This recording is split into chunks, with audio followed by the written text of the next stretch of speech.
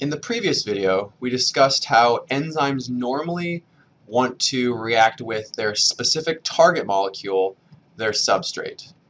However, sometimes other molecules, known as inhibitors, can interact in the same spot as the substrate. So this is an inhibitor. And specifically, when the inhibitor interacts at the same spot of the enzyme as a substrate, this is called a competitive inhibitor. It's competitive because it's competing with the same spot. And we talked in detail about how this influences the amount of the different complexes formed in our enzyme kinetic reactions. Right? So usually we have the enzyme binding to the substrate to form our enzyme-substrate complex and then being converted to our products. Well, when there's an inhibitor around, we also have this second equilibrium where we form an enzyme inhibitor complex. And this complex forces this equilibrium to shift away from the enzyme-substrate complex.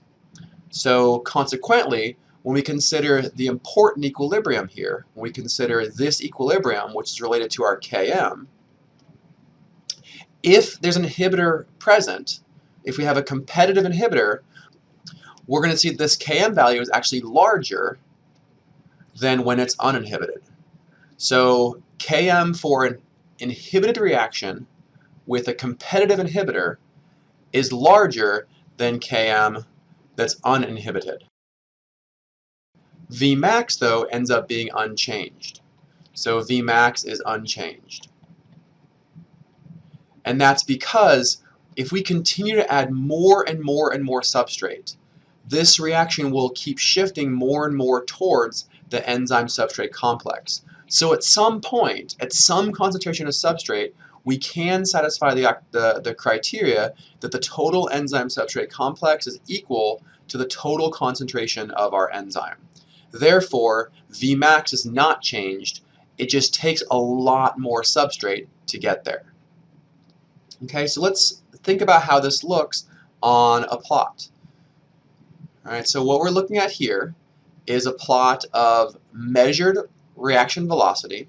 Okay, so here we have the rate of the reaction that we measure versus our substrate concentration. This red line reflects the reaction with no inhibitor present, so no inhibitor. And our green line reflects the reaction that does have inhibitor. Okay, so if we say that our Vmax here is right around 250, so let's say 250 is our Vmax, then our Vmax over 2 is going to be 125. So in the uninhibited reaction, our Km will be around 7.5 millimolar. But in the inhibited reaction, if we're reaching the same Vmax, it takes a lot more substrate to get there. Okay, so our Km is significantly higher.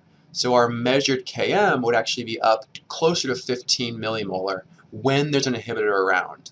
But this line is slowly reaching the same Vmax value. It's not always perfectly obvious whether a reaction will reach the Vmax or not when we use this standard Michalis-Menten plot. However, if we use our Lineweaver-Burk plot, which remember is the double reciprocal, so we have 1 divided by our reaction rate, and we have 1 divided by our substrate concentration, then now we really see how the presence of an inhibitor can really influence things here. Right? Because we see in both cases we have the same y-intercept.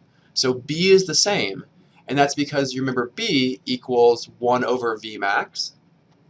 And since the maximum velocity doesn't change if you have a competitive inhibitor, we would expect the y-intercept to be the same.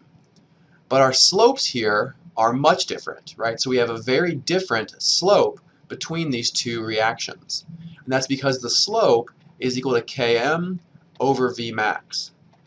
So in the inhibited reaction here, we have a larger slope because we have a larger Km with an inhibitor around. So we measure a larger Km, and that's because there is a competitive inhibitor.